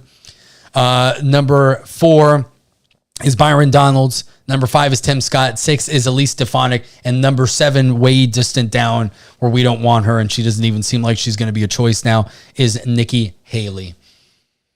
So that's what I got. So let me know what you guys think in the comments. Shoot me a message on Twitter. What are your top picks here? Let me know. Let me know, guys. So, all right. So let's move on. We've talked about politics here for the last hour and a half. People have talked about somebody else. I forgot who his name was. I think one of you mentioned it here. Matt, great to see you. Glad you were able to make it. Thanks for stopping by the stream yesterday and telling us some of your stories in your time in the military. That was great to hear about. All right, let's go on this. This happened about 2 weeks ago, but about a week ago. But since I have been out of the gun space and out of talking about politics in general, I thought this was great news. This is a win for the Second Amendment right here. The ban on guns in post offices has been deemed unconstitutional. Now, I've always thought to myself that it's ridiculous that the federal government itself, which is really tied to the Constitution is the law that dictates and that, really manages the structure of the federal government, that the federal government could put any sort of restrictions on any of the Bill of Rights. And I always thought it was absurd that you can't carry guns in Washington, D.C., and you can't go into a post office with a firearm. That just seemed very stupid to me. It made no sense. So let's zoom this in so we can read this together. I'll go through this article so we can see it. A federal judge in Florida on Friday, and this was about a week ago, ruled that a U.S. law that bars people from possessing firearms in post offices is unconstitutional, citing a landmark U.S. Supreme Court ruling from 2022 that expanded gun rights. U.S. District Judge Catherine Kimball Mizell, an appointee of Republican former President Donald Trump in Tampa, reached that conclusion, dismissing part of an indictment charging a postal worker with illegally possessing a gun in a federal facility. Mizell said that charge violated Emmanuel Ayala's right to keep and bear arms under the Constitution's Second Amendment, saying a blanket restriction on firearms possession in post offices is incongruent with the American tradition of firearms regulation. That is a great ruling right there. She declined to dismiss a separate charge for forcibly resisting arrest. That sucks, but it is what it is. Ayala's lawyer and a U.S. Justice Department spokesperson did not respond to requests for comment. The decision marked the latest court decision declaring a gun restriction unconstitutional following the conservative majority Supreme Court's June 2022 ruling in New York State Rifle and Pistol Association versus Bruin. We know it was Bruin. That's given us a lot of the wins that we've gotten lately. Bruin could have been even better, but look, it's been, more than 200 years since the Second Amendment has been slowly eroded here. So unfortunately, it's going to take a long time to get it back, even though it should be like all gun laws are infringements. Yes, they are. That's the truth. We're not going to get, a blanket win. We're not going to get the NFA repealed overnight. Well, the NFA is a different story because that's kind of a bullshit regulation. But these things are not going to happen quickly or easily. So any victory that we get is fantastic. This is a big victory, in my opinion. It always pissed me off that I needed to be careful going to a post office. I'm like strapped. I'm like, oh, son of a bitch. Well, I got to, you have to deal with that. Let's see. That ruling recognized for the first time that the Second Amendment protects an individual's right to carry a handgun in public for self-defense. It also established a new test for assessing firearms laws, saying restrictions must be consistent with this nation's historical tradition of firearm regulation. Ayala, a U.S. Postal Service truck driver in Tampa, had a concealed weapons permit and kept a Smith & Wesson 9mm handgun in a fanny pack for self-defense, his lawyer said. He was indicted after prosecutors said he brought the gun into Postal Service property in 2012 and fled federal agents who tried to detain him. He was charged under a statute that broadly prohibits possessing a firearm in a federal facility, including a post office. Mizell said that while post offices have existed since the nation's founding, federal law did not bar guns in government buildings until 1964 and post offices until 1972. No historical practice dating back to the 1700s justified the ban. So obviously, in many cases, judges are going to rule, basically with the case that they're doing. I think that she basically made the case there that all the laws that were created after 64 are totally bullshit and null and void. So maybe somebody else can bring up a case, use this kind of as precedent and say, well, you should be able to bring a firearm into any federal building. I mean, I would agree with that. The federal government has to follow the Constitution. So That's it. If you don't like it, pack sand. Everybody, then strap yourself if you're a federal worker going into a building, or we can hire more security if you want to deal with that shit. Like, sorry, that's just the way it is. I can take a gun into pretty much any private business right now. Most of them do not have restrictions, and nobody's panicking about it. So why is the federal government, which is supposed to be under the direct, authority of the Constitution, the law of the land, our rights, they shouldn't get a pass. I think that's BS. This is a great case. Hopefully we'll see others that kind of go down the same path here. So, number 2 here in our gun stories of the day, before we finish with kind of a social topic. It'll be interesting to discuss. Jordan, I'm guessing Jim Jordan, yes, from Ohio, demands answers on surveillance of Americans' gun purchases. This is something that we talked about previously with, that I talked about previously on this channel, dealing with credit card purchases and certain banks kind of tracking gun purchases, ammunition purchases, things like that. So let's use this right here from House Judiciary GOP. Have you shopped at a Bass Pro Shop recently? How about a Cabela's? Bought a Bible? If so, the federal government may be coming after you. Congressman Jim Jordan, and this article is from AmmoLand by John Crump, who's in the chat. Give John a hand. John is one of the, if not the best, Second Amendment journalists out there, constantly exposing the federal government, the ATF, and their corruption, what they're trying to do. So thank you, John. You've been fantastic. Check out his show every day. I believe it's usually at 5 or 6 p.m. Eastern time on John Crump News. So go ahead and give him a follow. He's awesome. He's got some of the best voices of the Second Amendment on that show, and he does a great job. Flying Rich is there too, helping out. Those guys are awesome. Congressman Jim Jordan, Republican from Ohio, has sent a letter to the former Financial Crimes Enforcement Network, director of the Office of Stakeholder Integration and Engagement in the Strategic Operations Division. Wow, that's a ridiculously long title. Noah Bischoff, demanding he testify in front of the Committee on the Judiciary and the Select Subcommittee on the Weaponization of the Federal Government. That's a hell of a committee, too. FinCEN is part of the U.S. Treasury, and its mission is to, quote, safeguard the financial system from illicit use, combat money laundering, and promote national security, end quote. The agency was formed in 1990, but its power was significantly increased after the Patriot Act was passed in 2002. Oh, the Patriot Act. It's the act that keeps on giving the federal government more power to take away our rights, I should say. FinCEN absorbed the Office of Financial Enforcement and became an official law enforcement bureau in the Treasury. Mr. Bischoff was the director of the Office of the Stakeholder Integration and Engagement in the Strategic Operations Division for FinCEN when the government agency sent out slides that were prepared by an outside financial institution explaining how other banking entities could use merchant category codes, or MCCs, to detect customers that FinCEN believed could be, quote, potential active shooters and who may include dangerous international terrorists or domestic terrorists or homegrown violent extremists, lone wolves, end quote.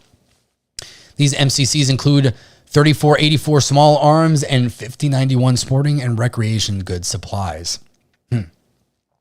The slides also encourage using keywords such as Cabela's and Dick's Sporting Goods to monitor for potential active shooters. I bought quite a few guns from there. I'm not going to lie. Sometimes they've got good sales.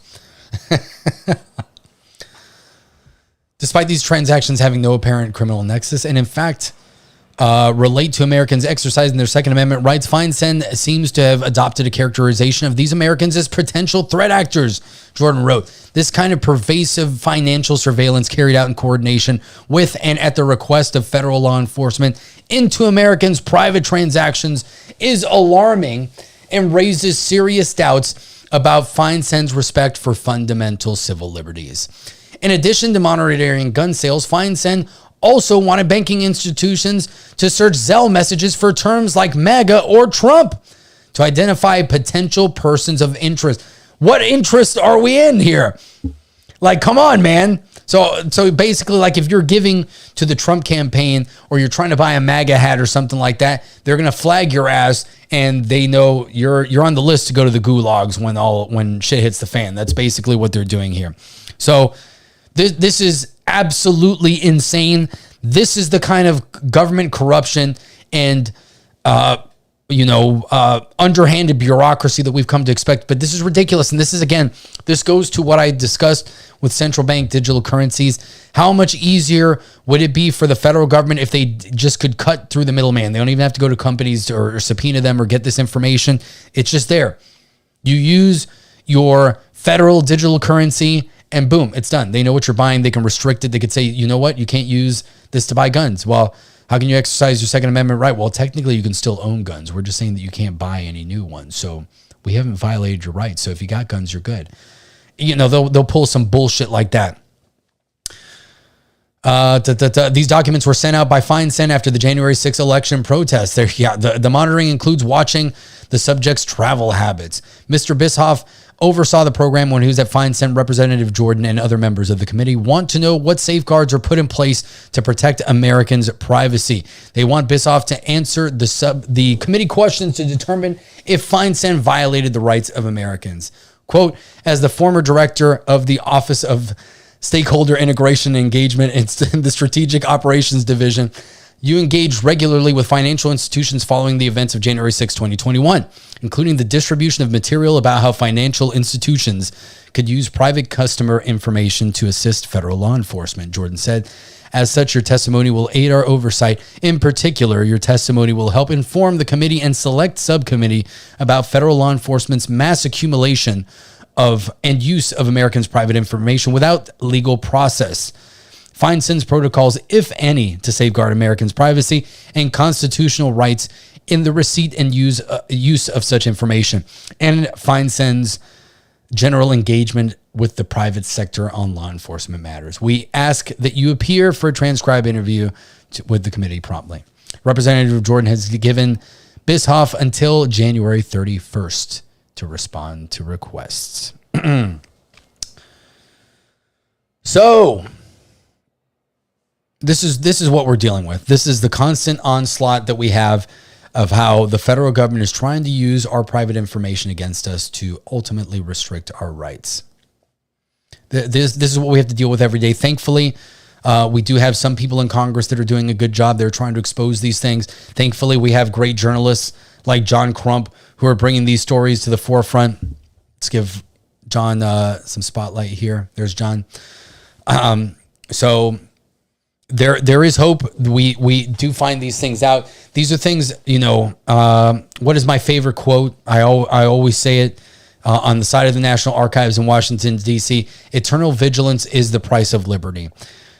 It is always human nature and tendency. It is always the default of governments to try to obtain and take as much power as they possibly can. So it's up to us as the citizenry, as the people that live in these countries, to constantly watch what these political leaders are doing, what the people that are quote unquote betters are doing, and hold them accountable.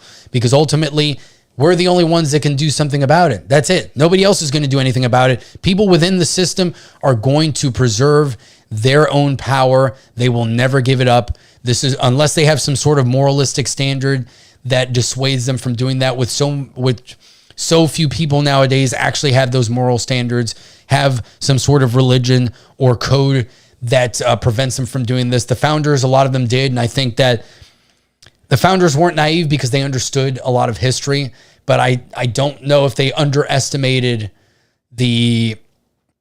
how quickly things would change, that people would lose those moral standards, the ties that bind us as a country together, our traditions would deteriorate so quickly. And in some ways, because they were imperfect and the system was created this way, we did sow the seeds of our own demise. Many of the founders knew that there was probably going to be a civil war, that there was going to be a reckoning for slavery. And regardless, they did the best that they could do at the time. And it was up to us and generations afterwards to kind of face those consequences. But if we've forgotten some of the lessons that they have taught us, if we don't strive to make this a more perfect union, then we're doomed to fail.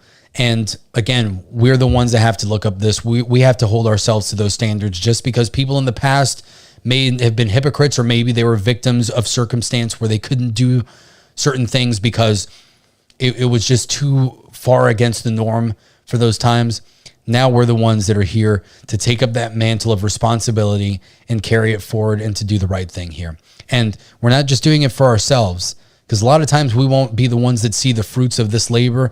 It will be our children and our children's children, generations to come, that will benefit from this. And this is ultimately why we have to do it. We can't be selfish about it. We have to make the sacrifices today, even if it means giving away some of our blood and treasure. You know, it sucks. It sucks having to worry about this stuff all the time. It does, because ignorance is bliss. It was great when we could just sit around, not worry about things. You know, the 90s and the early 2000s, we didn't have to worry about anything.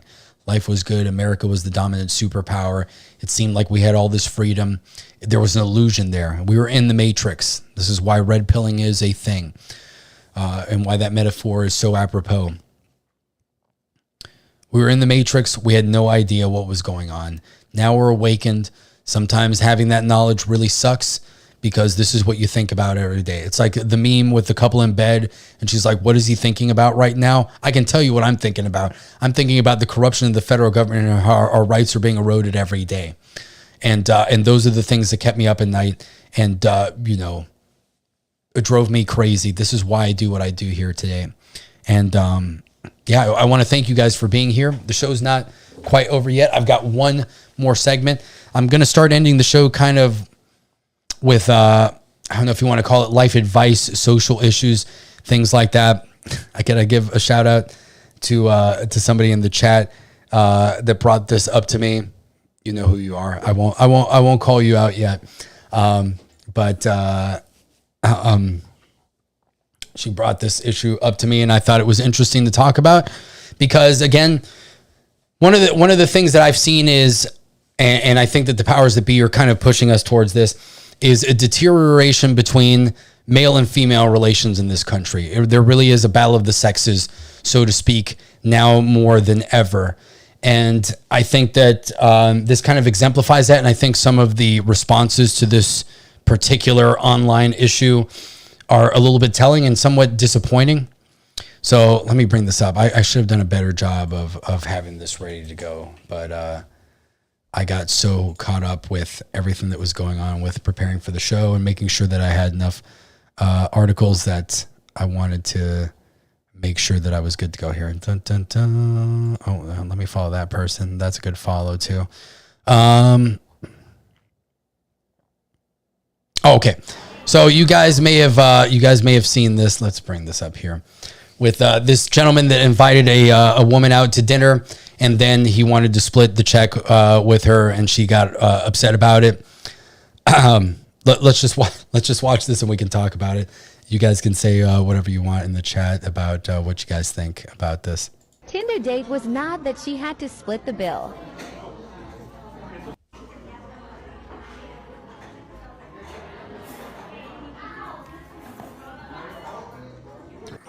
What'd you say?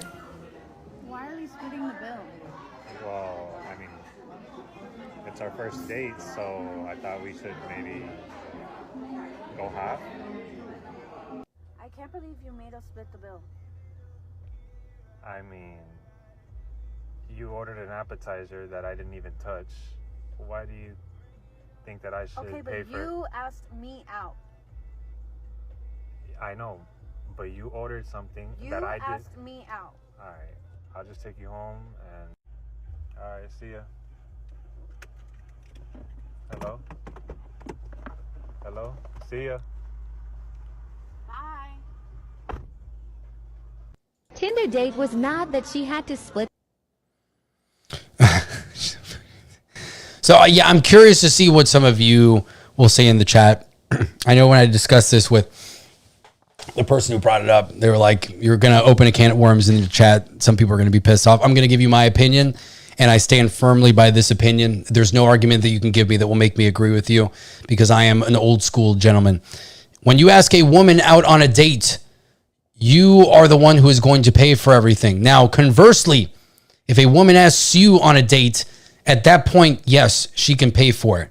Now, after you've been dating somebody for a certain period of time, now, if you're a healthy couple and you're trying to establish a healthy relationship, you should use the dating process to figure this out. Then you can determine later on if you split the bills. This is something that I've done in relationships in the past. And then when you get married, it doesn't really matter anymore because it's the same pool of money. It doesn't matter which card you use or not use, whichever one is beneficial to you. So I think it is a very cynical view. And I think as somebody who's gone through a lot of things in recent memory, I think it is sad that we get angry. And this, again, this is the powers that be here. I think it is sad that we get angry because I think that there is a lot out there. I think the red pill dating scene, I don't think is necessarily the most healthy thing. I think that we have seen the worst examples from both sides. And we've seen, I saw somebody that say she's for the streets. This is a very common term that I've seen nowadays. There are a lot of trash women out there. There are a lot of trash men. I think that the society that we live in today has, there's two factors here at play. There is that the powers that be want a destruction in the relationship between men and women. They don't want us, the traditional family unit of having a mother and a father, having children, having influence over those kids, creating a family unit, making decisions independently outside of the government. That is a threat to the authoritarians that exist here today. They don't want that anymore. This is why they push gender confusion, transgenderism, and all this other bullshit. This is why they want to take your kids away from you and indoctrinate them, because there is nothing more powerful or beautiful for that matter than the bond between a man and a woman. Now, obviously, things can happen. Relationships can go the wrong way. It is up to us to try to determine the character of the people that we associate with. But I don't think it's too much to ask for. You invite a woman out, you pay for the date. That's it. If you don't like her, you don't pay for it next time. Now, are there women out there that take advantage of that and get free and try to get free stuff? Sure. There are. I've been on dates in recent history. It didn't work out. I paid for all of them and I didn't feel resentful for any of those things. You know, I've gone, you know, in the past, in the present, in the future, those things will happen. I'm not resentful towards it because you try to determine the character of the person that you're dealing with. And I have been with women who have invited me out and they paid for it. So, you know, you kind of have to make these determinations. I don't think an appetizer is that big of a deal. I think that if you offer somebody things, you can try to let the ground rules be known, but I think for the most part, that tells you take the hit, and then you quit. So if a woman does something, I'm giving this advice to men, this can work for women as well. If, let's say you ask, let's say you're this dude, you ask her out. First of all, it's a bitch move to record it. I think that tells you the kind of character that this guy has. You don't record shit like this, especially with somebody you don't know. It's pretty much bullshit. And she wasn't being unreasonable or anything like that, in my opinion. The guy looks kind of like a bitch to me. So now I'm dropping my B words out there. I really don't care at this point. So I think that crosses a line, and filming people without their consent when they're really not doing anything that's unreasonable is pretty ridiculous. I think that's a move that violates that violates being a man, in my opinion. You don't do that. Now, if she's being abusive or ridiculous, she's calling you something bad, I still don't like recording people and doing things like that and throwing it on the internet. I just don't think that's a bit uncouth. Like, let it go, move on to the next one. That's it. You never have to see this person again. There's no reason why you need to put them on blast or anything like that. If you can see that they're a serial offender of these things, which you probably wouldn't even be able to know unless they were the ones filming shit all the time. I just think it's a bad move. I've had things happen to me that I wish I could talk about, but I'm not going to do that because that's not what being a man is. You got to take the hits. You got to learn from it. And then if you go out with a woman that's like that again, you don't have to take her out again. And you also don't have to take her out to a restaurant that costs you that much money. If you have to make these judgment calls of what your values are and what you want. And I think this is just, I think we live in a culture now where there are a lot of people who want to show us the worst examples to gain clout, things like that. Yes, the standards of men and women are both deteriorating. This is a problem at the core of society and why we're falling apart today.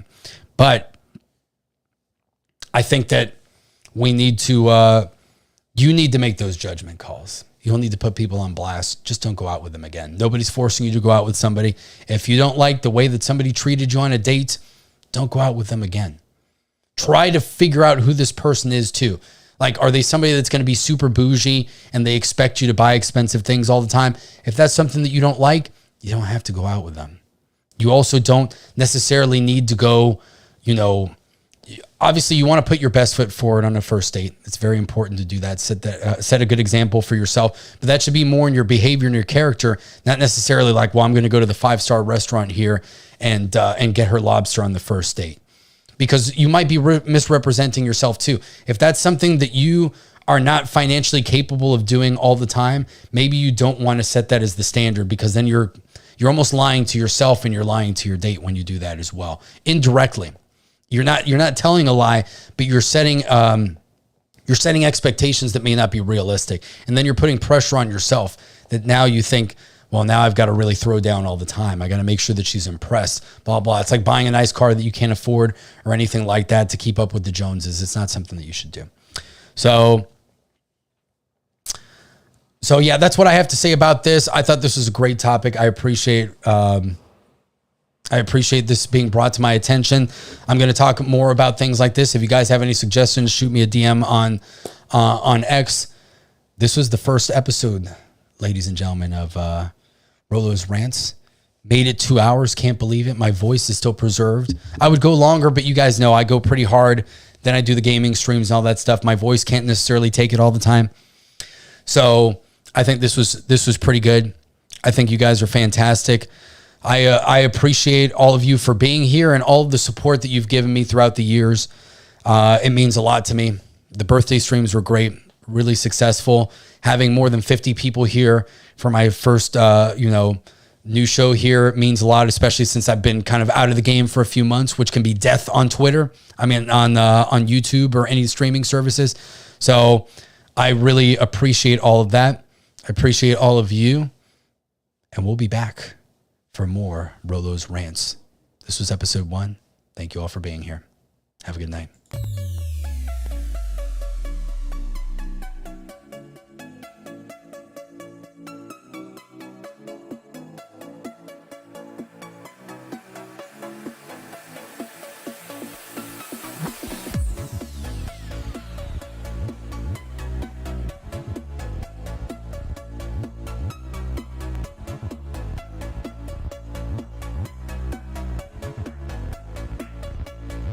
Cerberus with the gifted subs.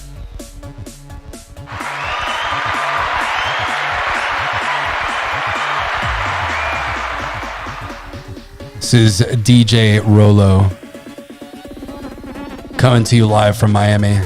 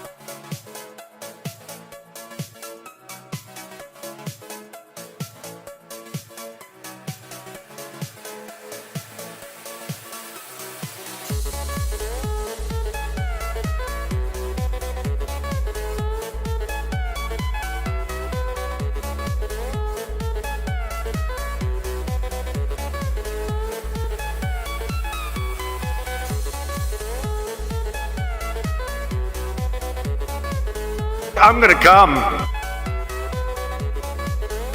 Do not come. Do not come.